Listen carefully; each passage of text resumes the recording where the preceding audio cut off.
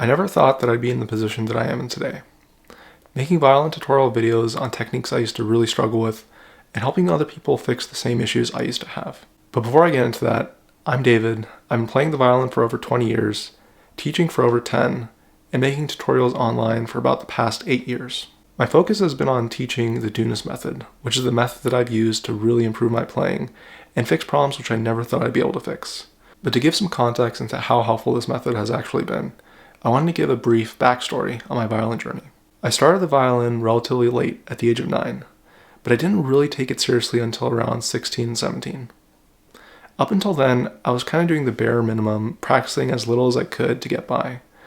But around the age of 16, I wanted to really audition for this orchestra. In order to audition for it, I had to learn a piece that was at a higher level than the ones I had been learning. I decided to use the Violin Concerto No. 2, first movement. Now, this was my first time really focusing on practicing a piece for an audition. Even though I had done auditions before, I hadn't really been as concerned about them in the past because I didn't really care. But something about this one was different. I really wanted to get into this orchestra. So I spent months learning this piece. And in the process, I was listening to a lot of recordings of this, especially Michael Rabin's. One of the things that stood out to me most was how different their playing sounded than mine. Now, of course, I understood that they were some of the greatest players of all time. But still, it sounded almost like a completely different piece when I was listening to it on the recordings. But regardless, I spent a lot of hours practicing this piece, increasing my normal practice time of about 30 to 40 minutes to around 2 to 3 hours a day. And after several months of practicing, I went to the audition. Unfortunately, it went pretty horribly. The conductor who was running the auditions told me that there was essentially no chance I'd get into the orchestra. And this was really crushing to me at the time, because I'd been practicing way more than I usually had, and I was hoping to at least get a seat in the orchestra, even if it wasn't going to be a great one. But I didn't stop there. I decided that I actually wanted to take the violin seriously, and I wanted to learn a lot of these pieces that I'd been listening to the great players play. So the next piece that I started to learn was the Violin Concerto No. 5. I wanted to learn this piece specifically to audition for a concerto competition in another orchestra, and I took it very seriously. I spent 5 to 6 hours a day practicing this piece during the summer, and when school started, I still practiced around 3 to 4 hours a day. After several months of learning this piece, it was time for the concerto competition auditions. And to my great surprise, I actually won. Now, it may not seem like a big deal to win the concerto contest for a high school orchestra, but to me, it may as well have been the same as winning the Queen Elizabeth competition. Less than a year after that failed audition, I was playing concerto with an orchestra, which was one of my goals at the time. And this made me even more motivated than before to improve my playing, and to get to the level of those great players. Now, after that concerto competition, I continued to learn more and more difficult pieces, trying to improve my playing. But I wasn't just focused on that. I was going through and finding everything that I could about how to improve your technique so that I could actually fix those problems I was having. I went through and I studied the different methods, and I looked up all the great players and who they studied with so I could study what their teachers taught them as well. But as I continued to study this, I was finding more and more patterns among the great players. First of all, it seemed like pretty much all the great players were child prodigies, or at least they'd gone to a very high level of playing before they were adults. And second, it seemed like the advice that all these great teachers had wasn't really helping my playing.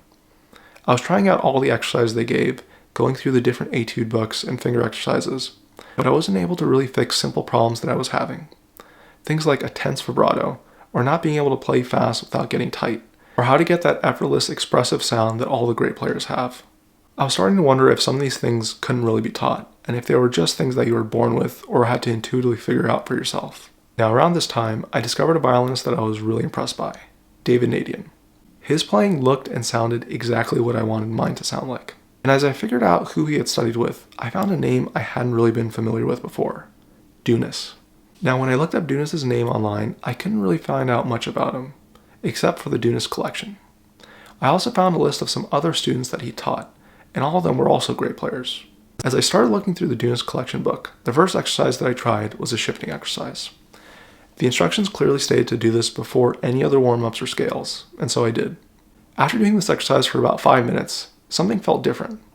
I went back and I did my scales, and I felt that my entire hand and arm immediately felt way more free than they had before. This really shocked me, because it had been such a quick improvement in my playing, and it had fixed a problem I'd really been struggling with. This made me want to learn more, but I couldn't really find much else about him online. A couple months after that, I went to a music festival, where those ideas I had about great players became more reinforced. and they actually made me pretty discouraged about improving my playing. I found the players there that were really good were also child prodigies who had started at a young age and were at a much higher level of playing than I was, even though I was older. I was also amazed by the fact that they were able to learn pieces so quickly.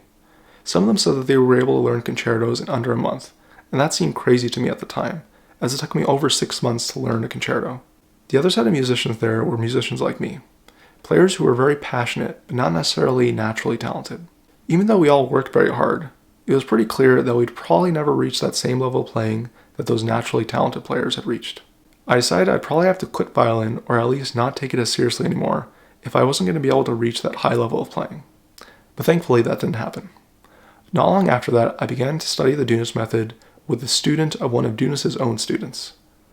And it became clear to me that the Dounis Method could actually fix all the problems that it said it could.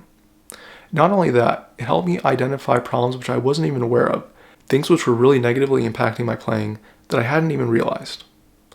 At the same time, it was also teaching me how to play more expressively. And this is the ultimate goal of every musician, and it seemed to be one of those things that those great teachers couldn't very clearly teach to non-talented players like myself. This was very encouraging for me. As I went back and I started to fix those problems which I thought I'd never be able to fix, it became clear to me that a lot of those thoughts I had about violin playing just weren't true. Those ideas I had that I had to have started at a younger age in order to be good, or that I had to be a child prodigy, weren't true. In fact, I found out about players who had actually gotten to a very high level of playing, even though they weren't child prodigies. Players like George Nightgroup, who was actually Dounis's principal student.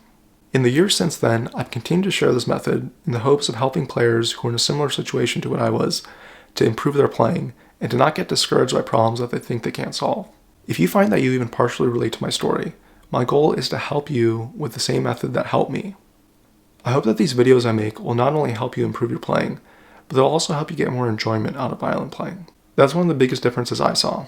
Violin playing and practice turned from a chore into something I actually enjoy doing. And that's because if you know how to improve at something, and you know that you will improve, you become a lot more motivated to practice that. And be sure to check out the links below for some more resources to help.